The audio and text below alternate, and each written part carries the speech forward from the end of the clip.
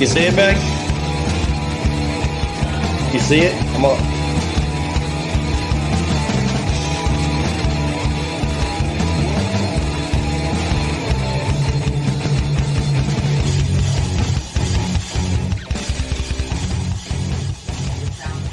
Yeah. Okay. What's up, ladies and gentlemen? Welcome to another edition of Down South Sports Fanatics, a Wednesday special edition. I'm joined by my boy, Pacho Gonzalez. Who that? Let's go Cubs. Get the dub. H-Town Chris is in the house. What's up, buddy? Go Astros. Currently winning right now. And, of course, the voice himself, straight up, Dave Robin. What's up, guys? Who that, man? Y'all tell me to score in the Cubs game. I'm like 2 innings behind right now. I got them recorded. All these Cubs fans. I know we got that Houston fans. Oh, yeah. That's right. Listen, before we can start, I want to say make sure all our viewers know that this episode is sponsored by 501 Paints. Make sure you log on to that link, like their page, and share it with your friends. We're also sponsored by Limitless Entertainment, of course, my business. Please share and like the link. And tonight we're going to be talking about some upcoming shows we have this Saturday, a big fundraiser that I do every year. It's with No One Fights Alone. You can also go like their page. You know, it'll be greatly appreciated for all of our heroes. So what's up, guys? What y'all want to dive into first? Y'all start off, man. We're talking about this heat. Everybody's talking about the heat, man. Man, I tell you what, it was so hot outside. My stepson, Blake, his practice was canceled at Shaw. It was so freaking hot. That's dangerous out there right now, man. It's bad, man. I tell you, it's bad. Truly. It's ooh. Yeah, I mean, now they're, the DA's talking about the whole training camp moving and everything. I think that's 22 for me. It's an incentive for me to buy season tickets. I get to go see, even if it is practice, but it still gives you that incentive. But other than that, I understand the heat, man. It's rough. I'd rather see them move if they needed to move to maybe to Wisconsin, but I'm on the fence with it right now. What about John Gruden? What's up with that? That's going to be an interesting tale, Chris. What is up with that? That's and he's in Saints gear. Is that well? It's a little intriguing. He doesn't look like a visitor. I mean, he's got Saints gear on, man. Well, I mean, I'm sure he went through the ranks, man. Demario Davis, Cam Jordan, if they're good with it, I guess they're in good standing with everybody else, Man, look, there's more to that than what people are talking about. Is it because our offensive coordinator is like one of the worst play calls in the league, or what? I think this is Pete Carmichael's last. I think it's his last year. I really do. I think Dennis Allen and Carmichael both are in a hot seat coming in this year. I mean, we said in our last podcast they'd have to make the playoffs to keep their jobs beyond this season. They have to go. I think they have to go deep in the playoffs. They might, Richie. I mean, they can't have an embarrassing first round blowout loss. I think they have to make some kind of a statement. Once they get in. I mean, the thing about it is, you bring in a guy like that don't show very good character about your organization as a whole, as far as offensively. You've been offensively dominant for the last, 15 years?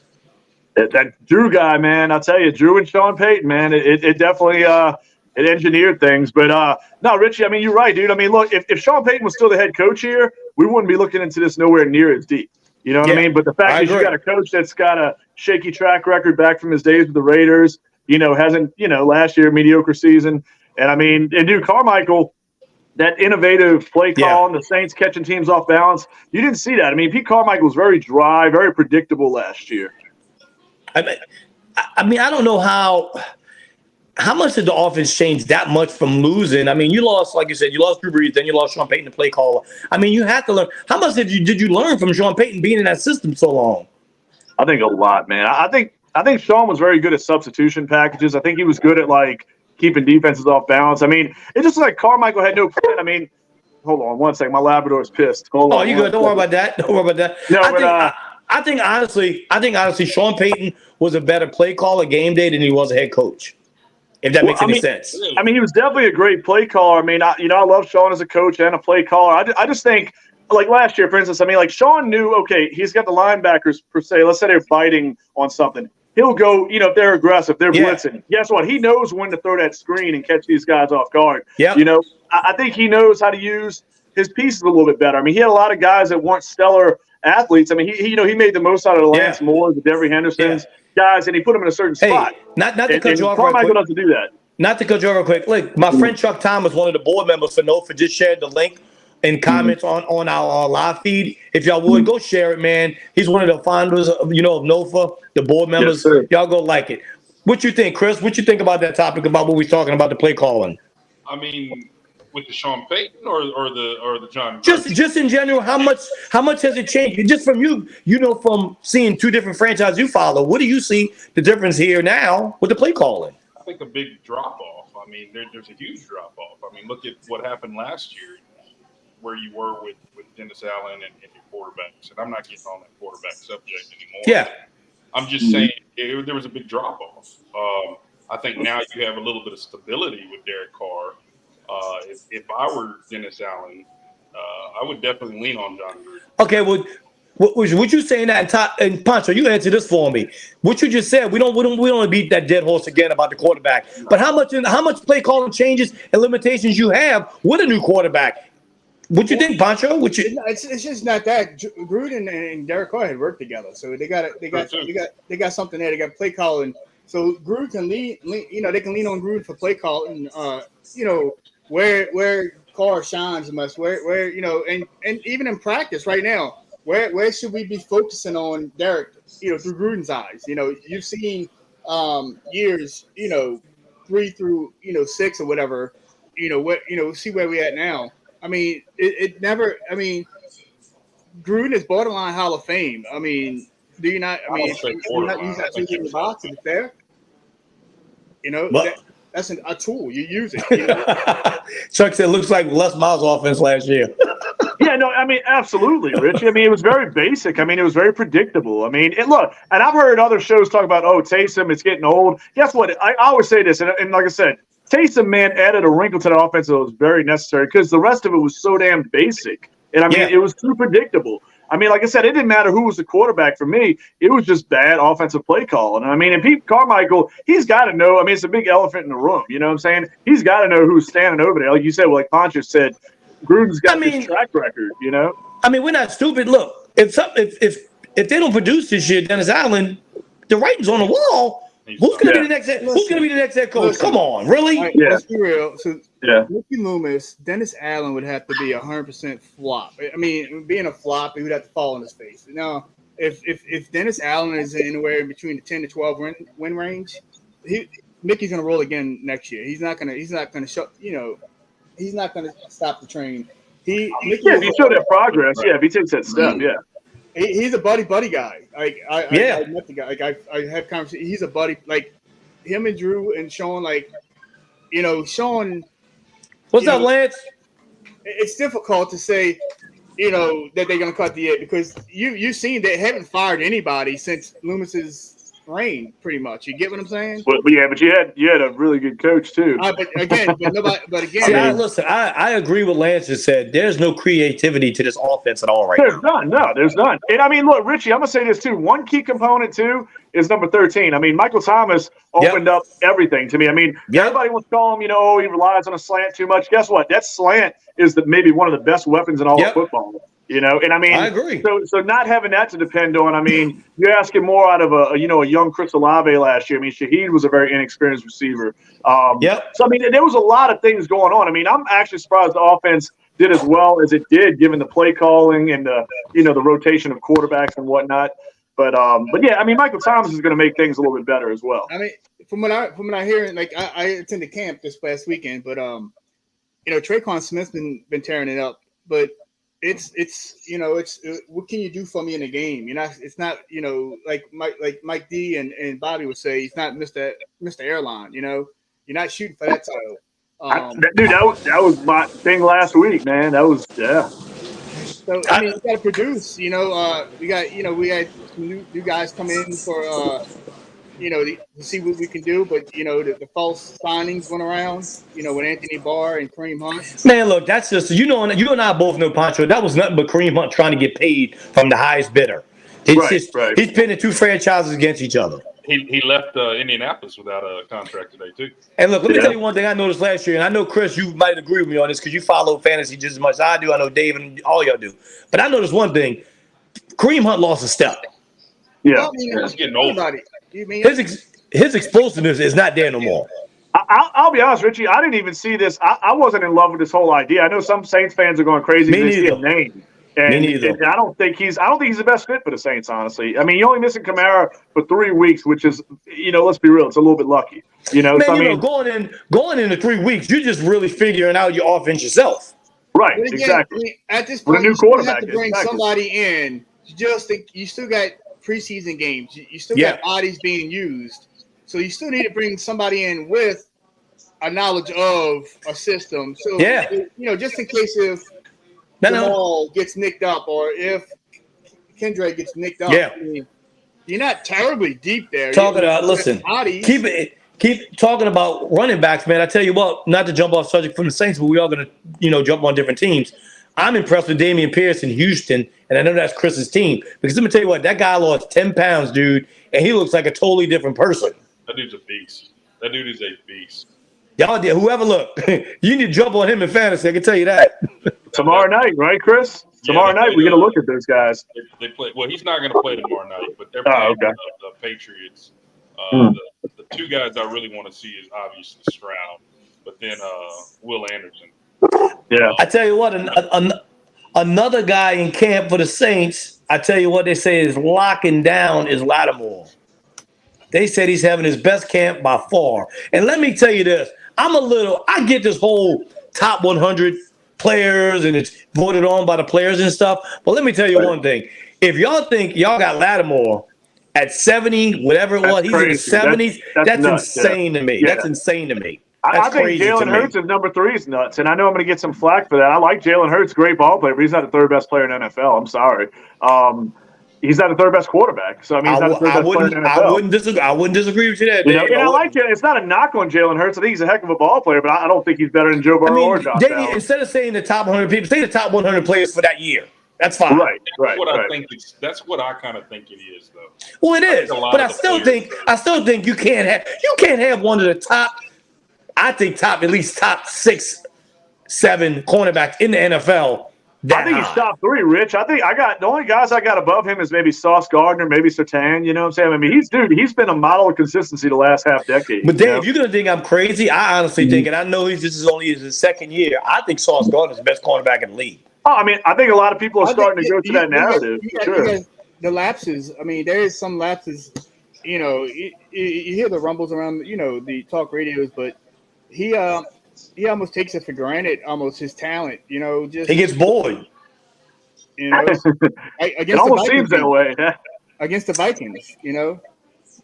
Yeah, I mean, look, I think he ran into. I mean, everybody has an off game. I think Adam Thielen's just such a good route technician. I mean, he'll get guys spinning once in a while. I mean, because Adam Thielen's not a monster when it comes to ability, but man, he's such a good route runner, But no, I mean, look at Marshawn Lattimore, though, how he dominates guys like Mike Evans. I mean, he did it to Julio Jones for years. I mean, he's. I mean, I think he's significantly underrated by the rest of the league. If that makes any sense, even though he's got the Pro Bowls and all that good stuff. Without being a homer, I say we arguably probably got a top 5 DBs, in the league. Like, from top to bottom in the DBs. I was disappointed in Paulson Adebo last year. I was. Yeah, I think he's got to get his. I think he started to get his mojo back a little bit towards the end of the year, Richie. But I'm with you. He started out real slow, and I think Alontae Taylor just stole our attention. Go ahead, how Chris. good that guy was. What you thinking, Chris? I was going to say top 5 DBs. I mean, I can understand Lattimore, but CB2 that's kind of a question mark, man. I mean, Alontae Taylor. You got they do. I tell you what, though. I tell you what, they do. They do have the Honey Badger ranked high. Yeah, your Honey Badger. I mean, you still got people there. Chris, they got the Honey Badger ranked in top 4 safeties in the league. Yes. He hasn't done anything. Don't ask me why. Don't ask me why. I agree. I agree. Listen, I love Tyron. I think he was a good player, but Yeah. He won anything in 4 years. I think he could be the Darren Sharper this year. Ooh, No. man. I gotta Do you take know? Chris's Do side you know on what? this. Do you know what safety's got the most interceptions in the last 3 years? I don't. I can't remember. I looked. I seen it yesterday. The guy in Tennessee. I was gonna say, Bayard maybe. Is it Bayard?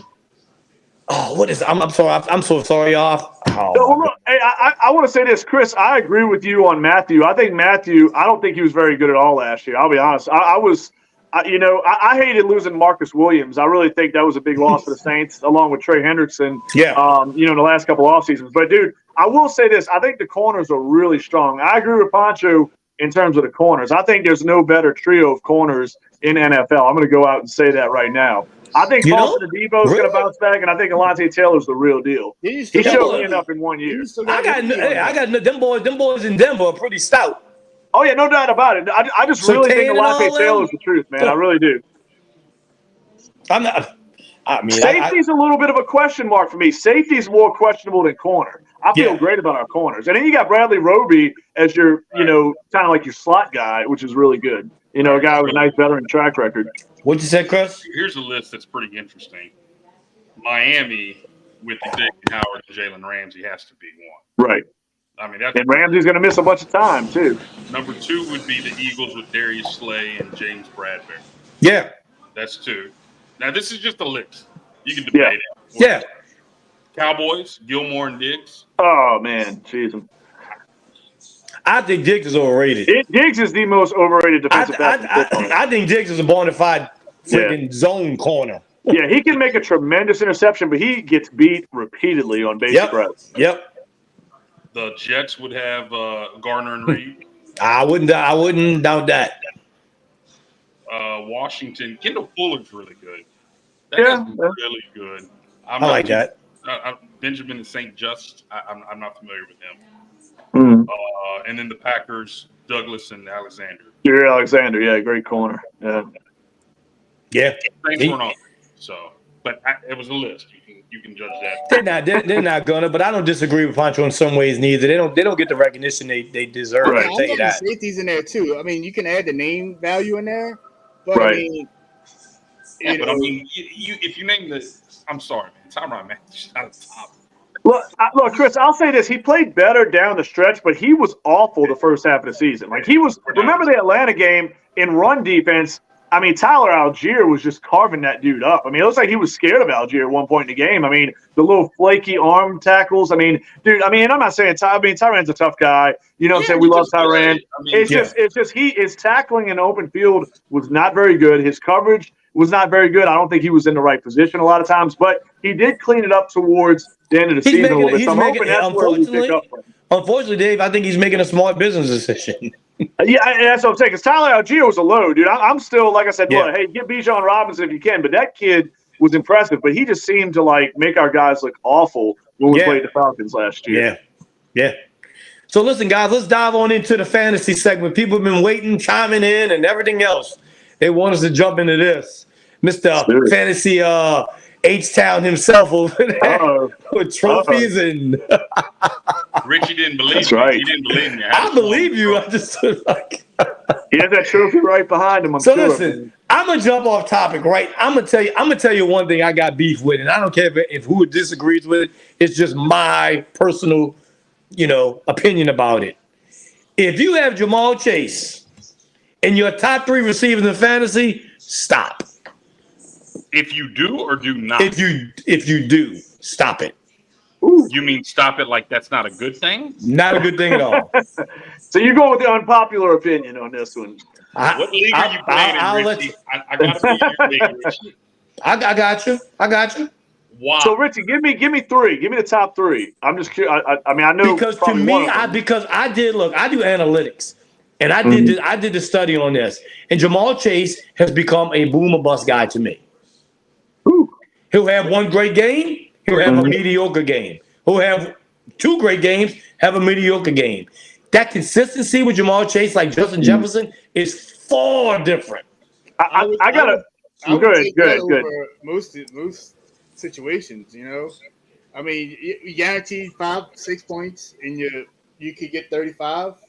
I mean, I'd take that. Now listen to what I said. I said top 3. That's all I said. He's not in my top 3. Hey, Richie, I got a little bit. What? Yeah. Well, I got a real quick. Hey, on Chase, I got an opinion on Chase, and I think I know why that is. Like, we don't see that every week monster game. Because T. Higgins is so good, and Tyler Boyd actually had some really good games last year in fantasy. I think Jefferson's going to be the guy. He's still going to be top 3, but he's not going to have those every week dominant performances, in my opinion. Because I think Jordan Addison is going to take the show some weeks.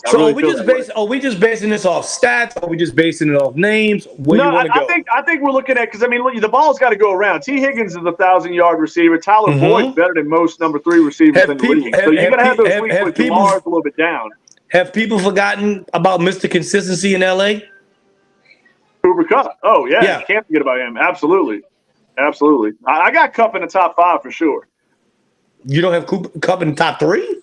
It's close. If he's healthy, absolutely. If he's healthy, if he's going to play, and the health has been an issue the last couple of years. And that's one thing I don't do. I can't base my stuff on injuries. I never. No, do. you can't. You can't play scared with it for sure. You can't. But you better make sure you have some depth on your roster. What are we talking about? Standard, dynasty, PPR? PPR. All day PPR. Standard. PPR. Standard or dynasty? Dynasty. Well, no, so give me your top 3. If you're going dynasty and redraft, I would day long. I agree with you on that, Chris. I would take Chase over Kupp in a dynasty. But if you're going standard, 100%, I'm taking Cooper Kupp. So give me your top 3, Rich. Let's see where you at with the top 3. I can basically tell you it's Jefferson, Stephon Diggs, and Cooper Kupp. No. Now Diggs, I think I'm going to tell you. Okay, and I'm not. Look, dude, Diggs is going to have a good year, but I'll tell you, watch the guy who I think is going to hurt Diggs a little bit over there is Dalton Kincaid, man. I think that kid's going to blow up with Josh Allen. Dave, I'm telling you right now, after all that beef in Buffalo, I would be surprised if Stephon Diggs gets 20 targets a game. They look like they were close to moving on from him at one point. Go ahead. Why is Tyreek Hill not in this conversation? That's a good point too. Yeah, because I believe Tyreek Hill. Here's the problem I have with that. I think Tyreek Hill is another boom or bust guy. I look at a lot of consistency in people, and when I say boom, that don't mean they're not a good fantasy receiver. Right. I want consistency at my receiver position, and there are guys with smaller names that consistently put numbers up. And I give you one right now. Ahmad St. Brown is consistent. Yeah, Amon-Ra St. Brown's a heck of a receiver, man. That dude. Well, like you said, Richie, you want that 7-catch, 100-yard guy, 1 touchdown. Yeah, you want that more stable thing rather than a guy that could go 10 catches for 150 yards one week and then 2 catches for 30 the next. It depends. It also depends on how you construct in your team as well. Well, right. Absolutely. And listen, guys, you're 100% right on that, Chris. We also got to look at the draft you're in, the team you're on, and stuff. I agree 100% with that. Yeah, because if you got a bunch of consistent guys, you need that home run hitter every once in a while. Because people need to understand, and I'm sure we all understand, you got different leagues, PPR leagues, standard leagues, auction leagues. You got this. You got to look at all that. But if you just why everybody just doesn't play PPR? That's why I got a good question. Why does anybody play anything but PPR? Because a lot of the old school guys don't want to do that. Don't like that new point system. That's all. Man, that's what I find. That's just I don't get it, man. I don't. PPR is becoming more standard. Yeah. Oh God, I'm in an all touchdown league now. Well, then you definitely want Jamar Chase. Yeah, I do want Jamar Chase. You got to a top 3 quarterback, man. And I don't want Jefferson.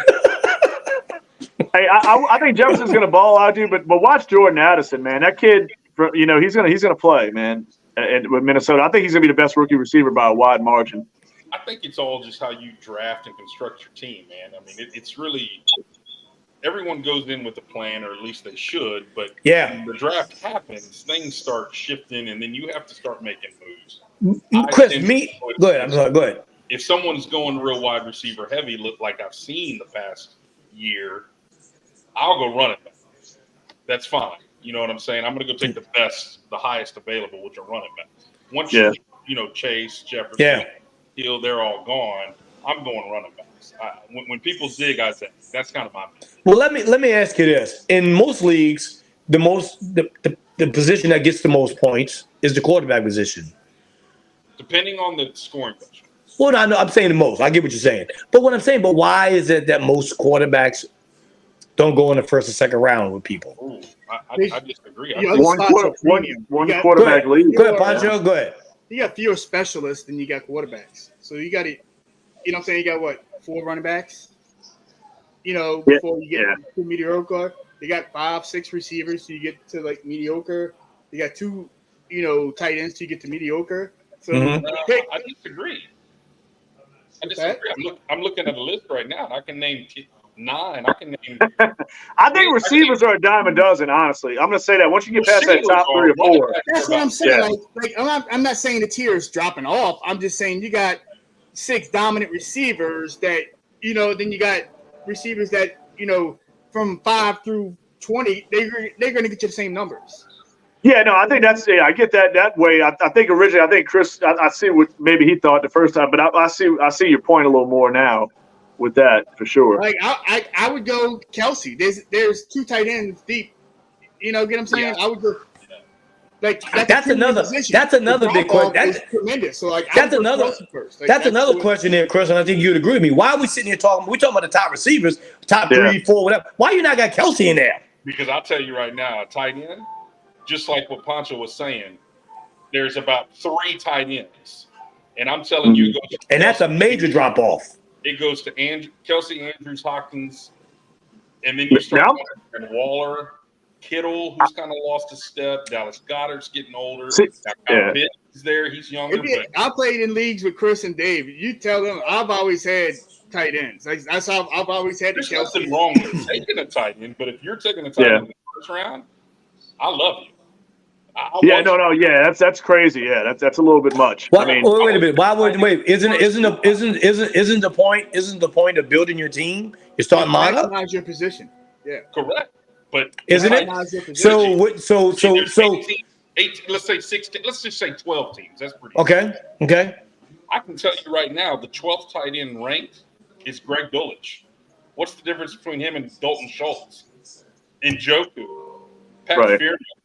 That's why you get Kelsey when you can get him. Yeah, if you don't get Kelsey early, then you might as well wait. Yeah, you might as well wait. Kelsey, I'm going to go over here to the running backs.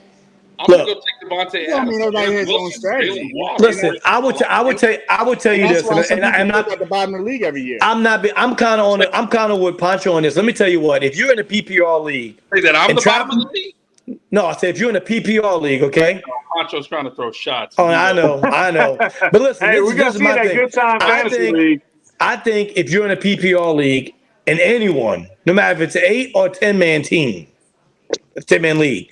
If you let Travis Kelce out of the first round, you're mistaken. Yeah, we're talking redraft, right? Yeah, we're talking redraft. Yes. Okay. See, redraft, I got to throw my whole philosophy different because I've been playing in Dynasty for so long now. And redraft, but hey, I want to make a point. I want to say something about tight ends. I think Andrews could be the guy this year that falls off a little bit. And I really like Andrews. He's been one of the most underappreciated players in fantasy for a while that always puts up numbers. But I think Kyle Pitts, people have short memories. And this kid 2 years ago was outstanding. He didn't get the touchdowns, but look at the team he was on. I think Atlanta, as that team gets better around him, I think Kyle Pitts is going to be healthy. I think that kid's going to really – we need to talk about Falcons, but he's going to be a beast. I think Flowers is he could be Rookie of the Year. With Baltimore. Well, Baltimore's making it a point to get the ball to those receivers. That's why I think Andrews' numbers could taper off a little bit. I mean, you got some players over there, but I think that Flowers could be Rookie of the Year. And I wouldn't touch Darren Waller with a 10-foot pole. I'm sorry. I'm going to go against a lot of people's grains on that. But I think Darren Waller hasn't done nothing the last 2 years. It's Bijan Robinson. How are you take a long shot on Flowers? What's that? Who's that? Take the odds. Take the odds on it. No, I'm saying, but like, we talking about tight end, right? No. I'm sorry. Pancho started saying Zay Flowers was going to be Rookie of the Year. I got you. I thought I missed something. I'm not saying he's going to be a front. He's going to be the dog horse. He could be there. He's not on your radar, is he? Yeah, I think he's pretty high on some people's radar. I mean, they're going to get the ball to. They want to get the ball to their receivers more. I mean, they're trying to expand that offense and take Lamar to the next level. I think Lamar's going to be doing less running and more passing. I think that's the intent now to keep him healthier and fresh. You know. You're saying offensive Rookie of the Year? Yeah. For Zay Flowers? No. Yeah. Yep. Not even close. Bryce Young, C.J. Stroud, Anthony Richardson, Bijan Robinson. You've got Quentin Johnson. You've got your boy. Pancho, how can you name drop? how can you pick? How can you? Zay Flowers is not even going to be the main target on his own team. I don't even think anybody, one of those wide receivers in Baltimore, is the main target. Oh, now look, I wouldn't There's go buying their receivers. There's one main target in Baltimore. There's one main target in Baltimore. Mark Andrews. Yeah, thank you. Man, come on. What's that? Hey, I'm gonna tell you, a tight end. We still on tight end for a second. I'm gonna tell you a tight end who I think I'm gonna say this guy is gonna finish. You're gonna say I'm crazy, but this guy will finish top 4 this year in tight ends, and nobody named him yet. Hold on. Let me guess. You know who it's. Oh, I know exactly who Dave's going to say. Oh yeah. He's been a fan of him since he's entered the league. He's had one good year, and he's going to say Evan Ingram. Wait, no. Are we talking Ingram? Yeah. That's what. No, it's not Ingram. Oh my goodness. No, I didn't say Ingram. No, I think the guy's going to be Chiggy Okonkwo. There you go. I think Chiggy Okonkwo in Tennessee. Watch this kid. In week 1, he is a guy. If I'm the Saints, somebody tried trading me him today. That guy can play, man. I'm telling you, you go watch his tape. I got a chance to watch him a couple times last year on Sunday Ticket, and I'll tell you, that guy is something. I don't know, man. He's an amazing after the catch guy. Very physical. Looks like a wide receiver out there. But I'm telling you, man, I don't know if I love the Hopkins situation there. I didn't see anything with Treylon Burks last year. I'm not writing the kid off. But I'm telling you, Chiggy Okonkwo, dude, is going to go off. I don't like the Ryan Tannehill situation over there. Yeah, and Tannehill, that could be a perfect fit for Tannehill, making safe throws like he likes to make. Let's be real. This is a guy that made Jarvis Landry relevant in fantasy. If you have any doubt, what up, Randy? Any questions on this O-line or this linebacker core, you're going to find out week 1 what you got. Oh, absolutely. That's a great point, Pancho. That's a great point. For who? For the Saints. If there's the linebackers will be tested early on. I mean, that first game was week 1? Tennessee. Oh, man, y'all beat Tennessee. Well, no, I mean, I get what he's saying, because the thing with Tennessee, they're that team that could really – they got to do their damage in that short and mid-range area. I mean, I don't want to, preview the game a month ahead, but I get what he's saying. Derrick Henry, a Okonkwo going against linebackers. I don't know why I can't understand why people just think Tennessee is that bad. I don't What's that now, Rich? I don't see how people think Tennessee is that bad of a team. I don't think they're bad. They're weird. They're hard to predict to me, because Tajay Spears is another X factor. I mean, I hope we're not leaving this. Everybody's leaving the Superdome that day saying, "Man, we should have drafted Tajay Spears," because I think that kid's got something. You know what Tannehill and the Titans remind me of? It reminds me of like the old Jeff Hostetler, Jeff George era. It was just like you were good enough to get by. Right. Like you were good enough. Like you were showboating, you're doing your thing, but you was never at the top. You was never able to get that top of the mountain. And it's probably just playing the mediocre train. That's where. Yeah. Is he winning? Yes. They don't look like they have a plan. They don't look like they have much of a plan going on there for that organization. This is a receiver that turns into a quarterback. His junior year or senior year in college? They have Ryan Tannehill, who I'm not a big believer. Derrick Henry's 29. I love DeAndre Hopkins. I really do. But he's 30 years old. Yeah. Backup quarterback. They have a very old. I don't know, man. Because I'm not saying they're going to win a division, which I don't think they will. I'm just saying I don't think they're going to be as bad as people think they are. Who's the backup quarterback for Titans? Will Levis. Malik Willis, one or the other, yeah. And who's the other backup? Should be starting. It's going to be one or the other. Can't beat out Will Levis. Somebody's not going to be happy after this preseason. Let's put it that way. Won't be me. It won't be me. If I'm any part of Malik Willis's camp, I'm hoping they cut it so he can go to freaking Seattle, go somewhere. I wish he went to Minnesota. He ain't taking Geno's spot. Geno signed up for 4 years, bro. He's good. But he might be an understudy somewhere. I think somebody may take him on as an understudy if he gets cut. Yeah. Go play. I love Malik Willis.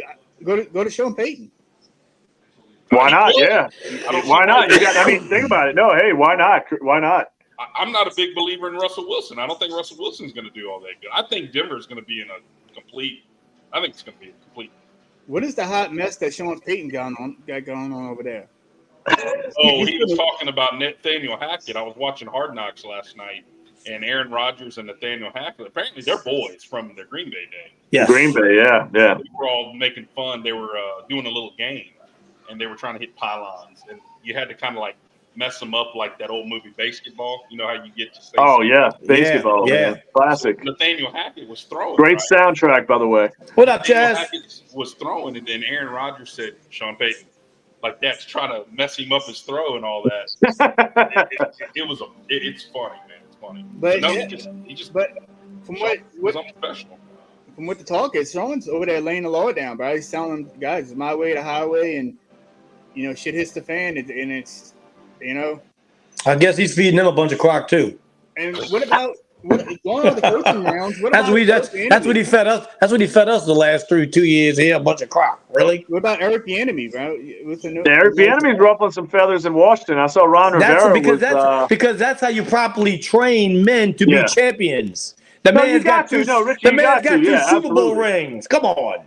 Hey, look, I'm telling you, that's another kid I like a lot, man. Your quarterbacks, if you're waiting on quarterbacks, you need a good backup. I like Sammy Howell, man. I'm telling you, I'm sticking to my guns with that kid from North Carolina. Tom Brady, the fifth round wonder or what? Hey, look, Sam Howell, he's a lot better. I mean, Jacoby Brissett's their starter. That team's going nowhere this year. Howell, at least being the unknown, that kid's got a little spunk to him. He can run. I like his arm. I mean, this kid's got potential. I mean, Sam Howell was a pretty big prospect until his last year in college. Dave, as you know, Pancho, he likes 1 year's worth or 8 games worth of seeing a quarterback, and he's either Hall of Fame or he's in the dumpster. Mark Rippon is probably my favorite quarterback of all time. Who? Mark Rippon. Who? Dude, come on, really? Who did he say? Lamar? Mark Rippon. Oh, Mark Rippon. I'm like, who? Dude, Mark Rippon probably had the best 1 year of NFL football ever, dude. Like as a quarterback. Oh, as a quarterback? Okay. I was going to say, I can name a guy that had one good solid NFL career. Mark Rippon was, dude, he was the really? He was the monster. Who? Who? Steve Slayton. Ah, there you go. The 1 year wonder, huh? Oh, my goodness. Googling. I know who he is, but are we just talking about 1 year wonders? That's it? Oh, man, we're just throwing names out there. We're just throwing Tyrell Williams out there. No, he was saying about the Redskins, and I was saying, like, I'm not a LeBron guy, I'm not your guy. Hey, watch it there. Watch it. I'm not going to go follow. Yeah, we hate the Lakers, there's no doubt. Yeah, you hate the Lakers. Don't say that. Don't say we. The Lakers? Oh, Lakers are the football team. USC possibly the worst fan base in sports. Basketball team is. I'm wearing my Lakers shirt next week. Is something else. Like if you're all over the place, man, come on. The Laker fans are watching the Kardashians on their phones while the game's going on. Like, if you ever look at a crowd, they're texting during the crowd, like during the game half the time. Richie, you're a Lakers fan? Yes. No, Lakers. I am. Yeah, Richie is. Chris is laughing. Listen, the Lakers and the Yankees, they come together. If you like one, you gotta like the other. Yeah, Pancho and Chris will agree on that one. Yeah. Lakers, Yankees, Cowboys, Alabama, and Miami Heat for whatever reason. Yeah. Those 5. Oh my god. Oh, why you hate for the Lakers? It ain't hate. It's just like I think the fans mostly. Yeah, it's not. I like Kobe. I like Magic. I like Shaq. That's the crazy thing. It's like I don't hate the players. I mean, it's the culture. Here's my theory. Yeah, it is the culture. I agree. It's the culture. I like Jerry Buss and his history with the Lakers. Okay, go ahead. I'm listening. Good, Chris. I'm listening. Good. Everywhere you go, people that weren't even born in LA, never stepped foot in LA. Not saying you haven't. Like the Lakers. Why? Just like the Lakers. So, do you want me to tell you why? Well, I mean, you can. I'm gonna give you a reason. And here's the good reason. For me, it was growing up. Never had no basketball team here. Okay, that's why I like USC. Didn't have cable television, so I watched all sports. Listen to me. I watched what was on TV at the time, and believe it or not, back then it was the Lakers, Notre Dame, USC, all your major teams was on national TV. So that's all you had to do. Rich. I think there's a lot of Celtics and Lakers fans. Don't get me wrong. I will listen. Everybody knows I'm a big Patrick Mahomes fan. That's my favorite player of all time already. But I will don't worry about it. That's another story for another day. But anyway, listen, I promise you, I'll be rocking my Saints gear this Sunday in that dome, and Patrick Mahomes can kiss my ass.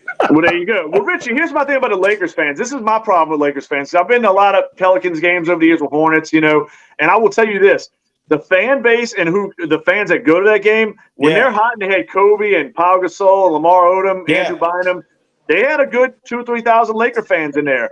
I will tell you this, though. When that team was their best player was D'Angelo Russell a few years later, you might have counted one hand's worth of Lakers fans in that place. And now LeBron's there and they're back. And then when LeBron's gone another year or so, they'll be gone as well. Like, they're the most fair weather fans, in my opinion, in all of sports. AD just signed 5 years there, so they've got at least about 60 games. Cowboys, your Lakers.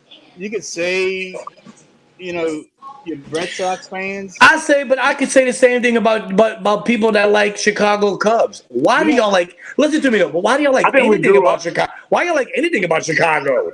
Chicago's awesome, man. It's a great city. Oh my God, are you crazy? Dude, it's awesome city. They literally pissed on your fans at a game. Listen. Well, I mean, they look. If I was them, it's two different fans. There's worse fans out there. There are no worse. No, I will say this, Richie. They're very passionate fans. I mean, the Cubs and White Sox have fights every year in the stands. And I think Pancho has too. I've only not been to 3 stadiums in the NFL. No, 4. I'm sorry, but listen to me, and I think Pancho agree with me. Everybody says Philly fans are worse. I disagree. I'm serious all the time. They ain't that they're the worst. They're arrogant. Yes, it's a difference because they love football. Let me tell you what, and this is just my opinion. The worst fans in the NFL are the Chicago Bears fans. They are utterly pathetic, useless people. I'm gonna be plain and simple. You get some degenerates, Ricky. Name and terms. So New Orleans, we're gonna give you a beer. We give you a beer. You come to us, we give you a beer. And places like Philly stuff, they're gonna go up there and take the beer. They're not even gonna ask you for it. I mean, Philadelphia fans threw batteries at Santa Claus. Right. There we go. Good point. Let me tell you what. And here's what people don't understand. I think some of the best fans, and they don't get enough recognition. And I'm not just saying this because Chris is on the show. Houston's got some of the nicest fans you ever come across. There ain't many of them. There's not many of them. Oh, you out your mind. I just don't think they like 20,000. That's about it, bro. You better stop. You hear Pancho, huh, Chris? What did he say? I'm sorry. There's about 15 to 20,000 of y'all out there. Yeah, I tell you, go look up and see who's one of the wealthiest franchises. Listen. I can say plain and simple. Y'all starting to say damn subplots right now, man. Look at the dome. Where they play at. They got 20,000 people there. That's what I gauge my number. Yeah. Really, I'm gonna say this. Worst saying I'm a fan, dude. Worst fans to me in NFL are either in Florida or the West Coast in California, in my opinion. Because California, you lost. Dude, Richie, and let me defend it. I'm gonna defend it. Los Angeles, how many times do you have to not support teams and keep losing them? And have you ever seen a Jacksonville game before last year? That place was empty.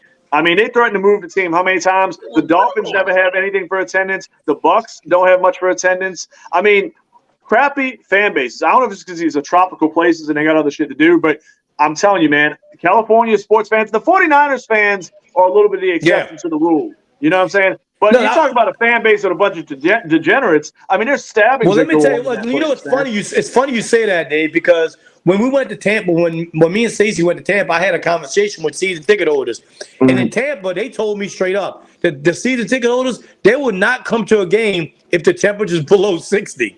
I'm telling you, dude, it's a weird fan base, and that's why I give those northern teams like the Packers, the Bears, the Browns. Like, dude, you're the Bills. I mean, I'm not gonna lie to y'all. I know we're Saints fans and we think we're the best. I think they give the Bills and Packers fans give us a run for our money because the Bills fans they do it in horrible elements. So do the Packers fans, and they're nuts. When I'm saying, I'm home. Cowboys fans travel really well, but as far as Saints fans, dude, you can go to any place, any state, any game throughout the season, and I guarantee you, dude, we take out at least 18% of that crowd. I think we're good, Pancho, but I don't think we're Buffalo. Traveling team, Pancho? Are you talking about traveling? Yeah. Oh, dude, they got way better teams that travel well. I'm gonna say Green Bay and Buffalo are two that I think y'all missing. That's you just hit the nail on the head. Yeah. Steelers have the number one traveling team. Period. Yeah. The Steelers are probably the most. Easily. Yeah. believe me, I've been a season ticket holder since 2006. So I've been damn near every game. So I know he's a real Pancho, the most visited. We got to throw our homerisms out though a little bit. We are not the best traveling fan base by any stretch. I travel. We're good. So I know. Oh no, indeed not, Pancho. Come on. I go to 3 to 4 away games a year before COVID. And let me tell you what, we ain't even in top 5. I would agree with that. No way. I mean, Rich, if you had to throw a top 5. Let me tell you what. I'm going to throw you top 5 right now. Steelers, Buffalo, Green Bay. San Francisco travels well. That's a possibility. I don't see anybody. I barely see anybody. San Francisco took over that Superdome. I'll say this, I think the Bills fans took over our dome as much as any team I've ever seen in the last 15 years. That was insane. Yeah. That was insane, the Buffalo game. My God. Yeah. I was about to say that Bills Mafia is legit. I think they're number 1 right now. New Orleans is like as far as best fan base, bro. Like we are most like we're gonna get everybody's A game, and New Orleans is getting everybody's A game. Why? Everybody wants to come to New Orleans. New Orleans is probably the littlest big city. The littlest big city. Dude, it's a great destination. I don't doubt that. Yeah. What is going on? I'm just talking about other places, Pancho. I'm talking about I think the Bills fans are more consistent and all around the map. You know what I mean? I'm gonna say, Mike. Listen, Dave. How many away games have you been to? Dude, I can watch them on TV and listen to the freaking. I don't have to go to one away game. You allow the TV to dictate what you see. Okay. No, a lot of TV. I allow the crowd noise to dictate what I see. When I hear a crowd take over for the opposing team, I know that place is packed. What you see, what you don't see. Like I'm there. I disagree. This is the funniest thing, Pancho. You being there gives you no more insight than anybody watching at home. Let's just throw that out the mix right now. But it's the same thing. Pancho, the TV shows you the same thing you see. Yeah, we actually see more shit at TV than y'all see over there. I go to the games because I love the crowd. I love to hear. Oh, nobody's taking that away from you, but you don't see anything different from what we see. Listen, if Pancho, listen to me. I'm sorry. I disagree. I disagree with you saying that, Pancho, because I travel a lot with the team. I do, and there's nowhere near when we did when the crowds that come here. Yeah, I mean the Buffalo thing alone. I mean that spoke volumes. I mean you could hear it on TV. We couldn't before Drew. Before Drew, New York to go hang out. No, you're not. You're not. Or you going to claim it? I'm just saying, like Buffalo everywhere. Their fans do this. Dude, you're going to party. You're going to that'd be a destination city. I get what you're saying, Pancho, but they do it everywhere, man. Pancho, before Sean Payton got here, we couldn't even sell a Superdome out. Yeah, it's true. You're talking about tradition with franchises that's been doing this for 40 years. Yeah, they're a great fan base. Call it like you see it. The Saints have only been relevant the last 20 years. I mean, that's the reality of it. We can't pat ourselves on the back too much. I mean, Raiders fans are one of the top, if not the top. I mean, they travel out. They're nowhere near Buffalo, though. I think the Packers, the Bills, Raiders, you need to go out to shop a little bit more and experience. What do you do, Pancho? Let me ask you this: if somebody has a Google device right now, Google best traveling NFL fans, and I guarantee you, Buffalo's in the top 3. I can tell you what, Chris will do it right now, but I'll bet $100 right now. We pull up 3 sites that pull up that information. Buffalo's top 3 or top 5, and I bet you pull up them sites and we ain't in the top 10. No, in Pittsburgh and Buffalo, Green Bay, maybe the Eagles. Like maybe the 49ers, but look, dude, we're a great fan base, but dude, I think some of these other ones travel a little better than us. I think that's the case. I got news for you, dude. LSU travels better than the Saints. Oh no, come on. They do. I mean, they do, especially in this region. They definitely. I mean, sports. What is it, Chris? What's the big number? Well, Cowboys are the biggest. Really? I would. I can see that though. I mean, I'm not arguing it. I wouldn't argue it. I'm kind of looking for a good, solid. He's looking for a biased page. I love the Saints, dude, but we're not going to be in that top 5. Just spit it out, Chris. Just go ahead. Just spit it out. Just throw one. I'm looking. Listen. I'm going to show you right here. Look, I'm reading it off of just Google. I don't trust Pancho's sources. I've seen what he puts on our pages. I've watched enough videos. There it is. Look. There it is. Wait. Chris has it. Wait. Chris has it out. Look. Wait, listen. Fans, Sadie 316. New Orleans fans being second. Saddie's 316 has brung it up for us. Listen. So what is it, Rich? I can't see that far, so y'all gonna have to help me out. Dallas Cowboys is number 10. Number 9 is Chicago. Yeah. Okay. Bills are number 8. 7 is Denver. What? Yeah, I don't know about Denver. Pittsburgh at 6. Green Bay Wow. at 5. Cleveland at 4. No way. They don't even See, I know. I'm starting to doubt the poll here. 3's the Raiders. 2's Kansas City. Maybe now, Yeah. in Philadelphia. Yeah, that's how we dropped the ball on Kansas City. We did drop the ball on that fan base. That's a really strong fan base. And the loudest stadium in football, I can tell you that. Listen, Jesus. they got the Redskins. Bleacher Report's got the Redskins at 8. Come on. Thank you, Fatty. The Redskins. 16 for that. We're just gonna keep calling the Redskins, I aren't we? haven't seen a Broncos fan in fucking 10 years. I gotta agree with Pancho on that. I don't. I think he's totally off of the Bills thing, but I gotta agree with the Denver thing. Yeah, I gotta agree with Denver there. Like I mean, Pancho's really we butthurt almost over came America's team. Like, come on, dude. Like after the Listen, Pancho, I appreciate. Me and you have been through thick and thin with these Saints. Listen. That's a fact, y'all. Y'all can get on Pancho all y'all want. We've been through hell with these damn Saints. I'm telling you right now. Richie, I'm I've been talking going to the fighting. Superdome since You want to talk 1993, about fans? Like, You want to talk about fans? It was me and Pancho against how many fans that was that day, Pancho? Oh my God! Good night. Almost a brawl. You're telling me another fan base came out here and outdid y'all? No, indeed not. It was just me and him. Everybody else went in the Superdome. Oh, we talking? What year? Wait, Eagles 2006? Because I was there for that. You one. were there for that one. I was there for that one. That was the day your call got towed. It might have been. It may have been. I know that was the day. Wasn't it the game Reggie Bush took that hit that we heard all the way up in the 600s? Yep, that would be it. That would be it. Good ball game. I was happy that Reggie was able to finish the year. I don't doubt that we got some of the passion. I mean, I'm not. Richie, see how he just pulls off that memory like that? Like he's willing to sit at home and never experience that again. Like that's what.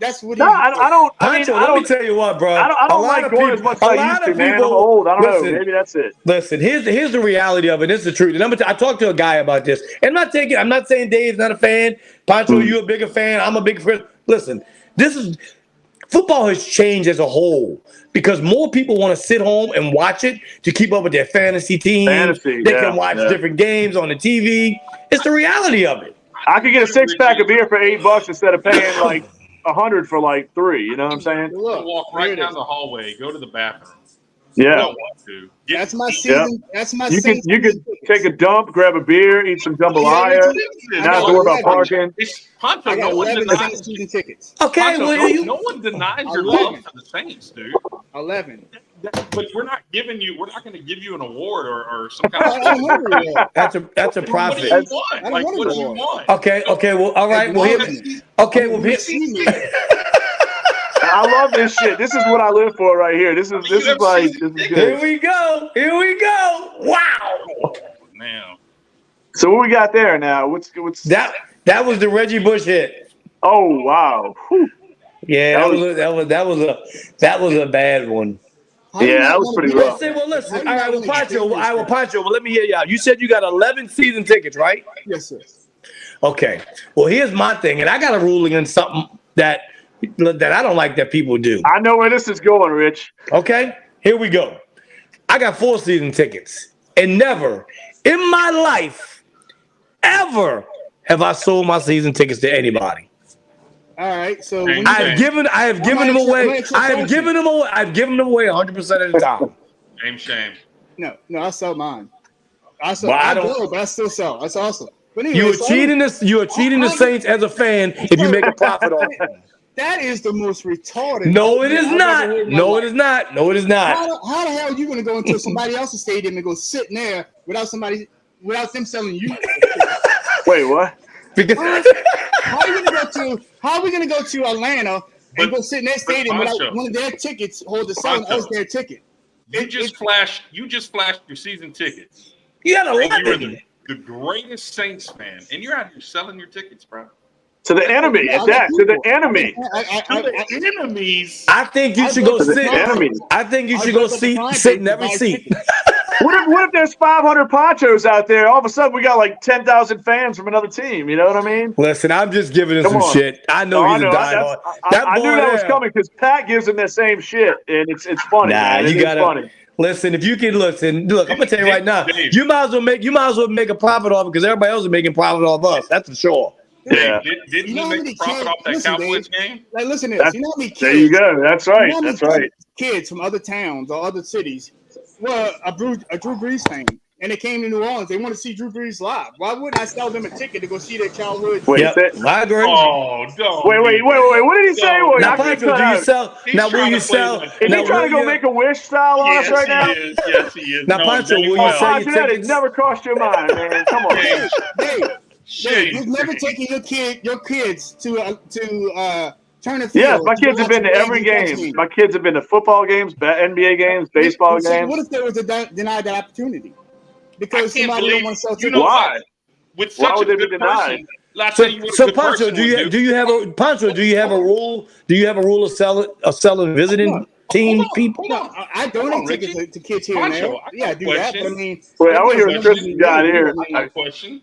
Hi, go I ahead. think if I were a season ticket holder and I saw this poor child that wanted to see his famous athlete, I would give him the tickets and not sell it for him. Then There you Pancho go. would. Pancho would.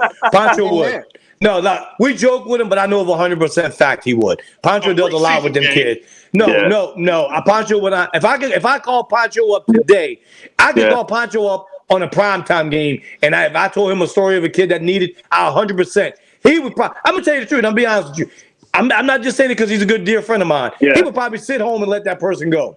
So he's not making a special cruise somewhere to take advantage of people or not like that. No, he would. Whoa. Hey, the Tuesday night war is on, baby. $55. You know, not making a fake fundraiser and stuff, you know?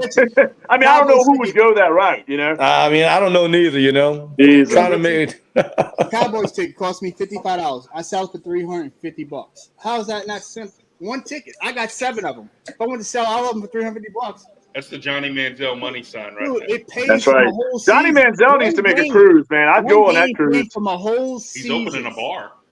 We need to go. That needs to be a podcast we need to go visit that, man. That's fun. That's it. Johnny Manziel had a cruise. I'm game, dude. I'm on that cruise. Did y'all not watch that on Netflix yet? I didn't see it yet. No. Oh, you gotta watch that. What is it? I want to go watch. Manziel Untold Story. Oh, it is? It's on there? It's on Netflix? So all this, everybody thinks he comes from money. And Yeah. He does not. His friend from college made that up because he was traveling across states to go sign and do autograph signings for $30,000. Wow. And he was pissed at A&M because A&M was making bukus like money. Oh, yeah. So friend said, listen, Johnny comes from a wealthy family. They're from oil. He was not. They even asked his dad during the combine to fake a heart attack because the night before he went to go at the combine, he was so drunk and hungover that they wanted his dad to fake a heart attack so he could leave the combine early. Jeez. I mean, wow. Netflix, and I was like, wow. I gotta check it out, dude. I gotta check that out. Well, he's like Jamarcus Russell without the booze. I don't think Jamarcus Russell had as much fun as Johnny Football. Did you hear the Jamarcus Russell story with Kirk Morrison? That's all over TikTok right now, the former linebacker with the Raiders. What was that? I don't know what just happened. But... That sound like a we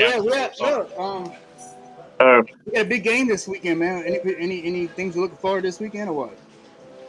I want to just watch our rookies. I want to watch, red, white, and yellow. Well, you seen today's news about Rashid, huh? He's out. He's hurt, huh? Got a serious groin injury. Oh, that's not good at all. But they said he should be good to go for the season opener. Yeah, he'll be all right. Yeah. I just think a lot. I think these injuries are just a lot of guys just burn. This heat, man, is bad, man. You got to get the machine going, like you said. Yeah, Richie. There's a lot of calf strains going around. I don't know. That seems to be like the injury of the training camp right now. It's like calf strains all around the league. When you start, they used to practice, pretty much year round. When they started taking that away from the clubs, taking that, certain days, certain this, then you rely on the athlete to start, policing themselves, because back in the day, they come in and do whatever, whenever. But now they limited to, access to the facility, or they only can do certain things, or you get what I'm saying? So, yeah, back in the day, you could go out and play pickup football and stay loose and stay, Yeah, but in shape in some kind of way. Now it's sort of like they got it so detailed to a science. You can't have a house with stairs. You can't. You gotta have. What? You can't have stairs in your house now? I don't think you can. You can't eat burritos on Fridays. I can Yeah, tell you now, let's- Pancho. I can tell you now, Pancho. Every one of those players have stairs in their house. I know. That was pretty interesting, Bonjo. I didn't go to that too, man. That was You interesting. can't do none of that. You know what I'm saying? You can't have lighting that's not LED. You know what I'm saying? You got to stop playing Netflix around 10 o'clock. I think there's a lot of money. There's a lot of money at stake. I mean, because the players. I mean, you got to keep them healthy for week one. You need them healthy for the entire season.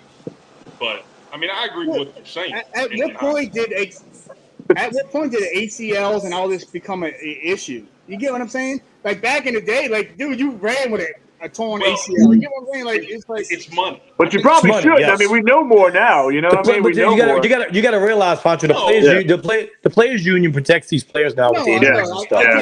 I'm saying overprotecting is causing over injuries. Back in the day, players had broken whatever. Back in the day, they didn't really have a players union. Well, that's true, but they also didn't make as much money. The money, exactly. The money is everything. Absolutely. If you're an owner, you're paying out so much guaranteed money. You're going to protect the hell out of your investment. You know what I mean? You're an investment and you're an asset. That is what you are as a player. I mean, Joe Burrow can't go climb Mount Everest in the offseason. You know what I'm saying? And go play with tigers or something in the jungle. Like you know what I mean? Naheem Hines. You know what I'm saying? Like that's. Yeah, there you go. Yeah. Who was the guy years ago? Remember that running back Edwards? He was in a flag football game on a beach, and he ruined his career for New England. No, there's a guy. He was a running back. I can't even think of his first name. I'm having a blank. You might have been somebody. He was a young running back with Patriots. Yeah, I mean, this is years ago, and the kid he tore up his knee really bad playing beach that was your boy. You know that was the guy from the Georgia running back. It might have been. This guy got off to a good start in his career. His knee, but he played for the He did play for the Patriots. It was in the Pro Bowl. It was in the Pro Bowl. Yeah. I mean, it's like, you got to really be careful with these guys. I mean, sports, look at NBA with load management, baseball, we don't see pitchers throw 120 pitches a game anymore. I mean, NBA, how many off days do guys get, you know? Yeah, a couple. So what are we thinking about Sunday? What are you expecting to see Sunday? What are you hoping to see Sunday out of who and out of what? I want to see how the offensive line plays with each other.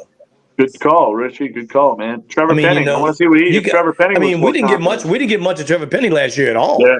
You say Trevor Penning and mother freaker, bro. Huh? Yeah. Can he be the next Kyle Turley? That's what we got to see, man. I think you need that, but I'm you need that, absolutely. Richie's favorite quarterback, Jake Hayner. That's who I want to see. I want to see Jake Hayner. I want to see that dude's touchdown celebration because I saw those photos and I don't even know what to expect this dude to do if he does something well in the game. Jake should be the starter by week 8. I'm saying.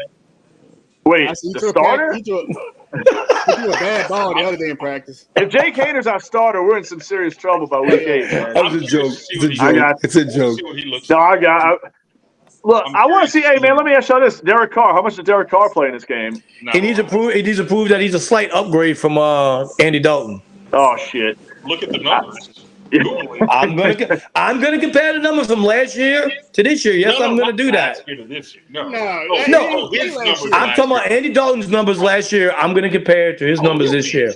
He'll be way better. How many touchdowns Andy Dalton threw last year? Do you know? I can look it up real quick. I know. Not a lot. It's a very deceiving. His numbers weren't as bad as what people think. They were a little better. Is the over under 30? Oh, it's under 30. You think? I would say 18. 30, yeah. Good night. Yeah. And guess how many Daniels threw in New York? Daniel Jones? Huh? 15. How many? 15. 13. It was 13? Okay. 15. It was 15. I thought so. And he got $40 million now, and he got $40 million a year. He ran a lot. Maybe that's what they're looking at. The rushing yards were pretty high for Daniel Jones last year. This league. I'm about to go cut this pizza up, bro. Well, you go do that, bro. Hey, but listen. Get the pizza going, bro. Hey, real fans stay here and talk football. Exactly. No, listen. Before we end the segment, let's bring Fatty316 on to tell us about his podcast and everything, y'all. So come on in, Fatty316. There he is. There's our producer. Can I comment on something y'all was talking about the injuries now? Yeah, go ahead. Me and my partner just got into this conversation, and from a ex-play, I'm going to tell you what the fuck's wrong. One, they're not conditioning no more.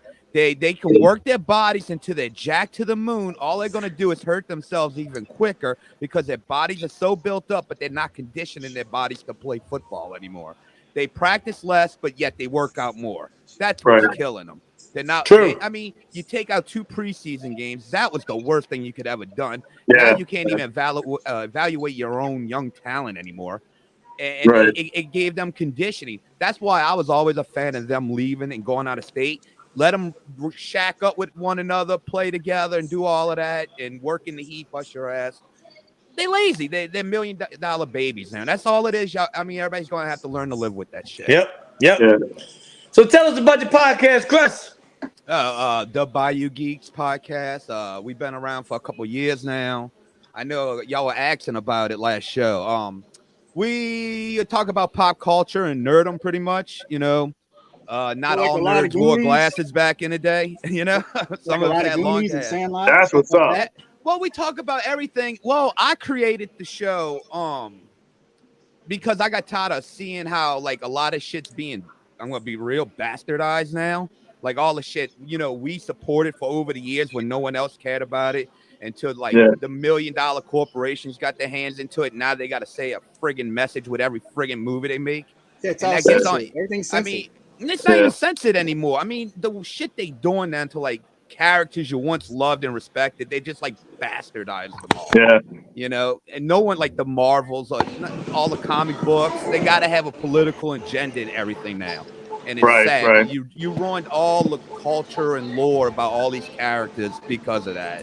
And that's what we pretty much bitch and complain about, hang out, and just ramble. Don't give a shit, you know.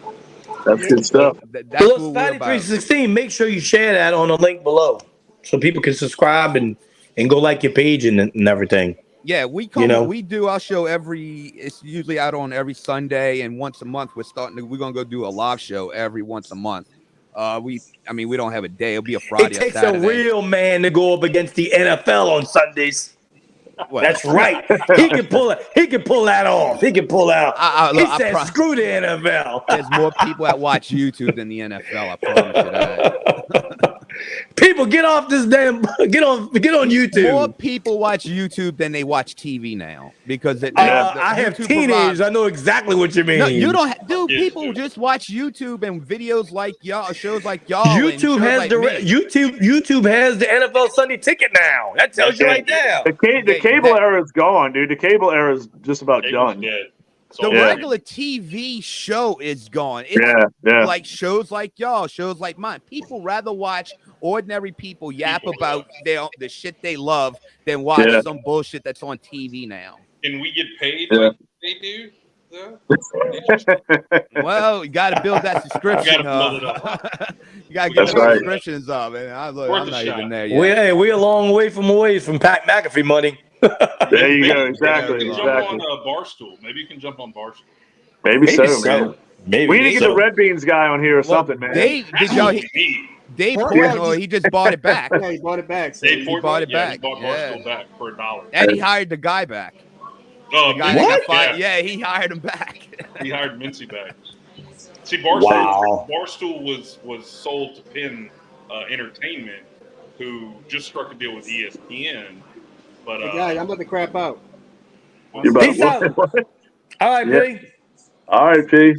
So Penn Entertainment and Barstool joined forces, and then Dave Portnoy just bought it back for $1. Barstool. Nice. So Penn Entertainment sold and gave Dave Portnoy like $551 billion or whatever. But they cut ties, and then when they cut ties, they brought Mitzi back. And now Penn Entertainment is opening up a sports book with ESPN, apparently. So, nice. That's good. Well, listen, guys, it's about time for all of us to sign off. Thank you, Fatty 316, for everything you've done for this show, man. Really, truthfully, I appreciate it. Yeah, people don't know the behind-the-scenes stuff you do. You know that? You know that, man. Awesome. Oh, it's fun. Man, y'all got me tempted just to pop in and be like, wait, hold on. I got to jump in on this. Just throw some shit on there. Yeah, man. We'll throw Pancho out. You come on in. Pancho's going to have his pizza time the last 5 minutes of every show. With his 11 season tickets. Yeah, with his 11 season tickets. Hey, go watch a game. Yeah. Yeah. We'll talk. Go sell a ticket. Go sell your ticket. Oh yeah. Bear Master, huh? All right, Ticket- y'all. he's Well, the new listen, we're ticket signing master. off, y'all. Hey, thank y'all again, guys. I appreciate it. Listen, make sure y'all join me if you can. They still got tickets available for the show at the Four Columns this weekend for No One Fights Alone. Go check out 504 Paints. Go check out Limitless Entertainment. 3316. Send us off, baby. Let's roll on out. Hey, Peace out, y'all. I wasn't ready for that, man. Who that? That's all right. We're Later. good. Later.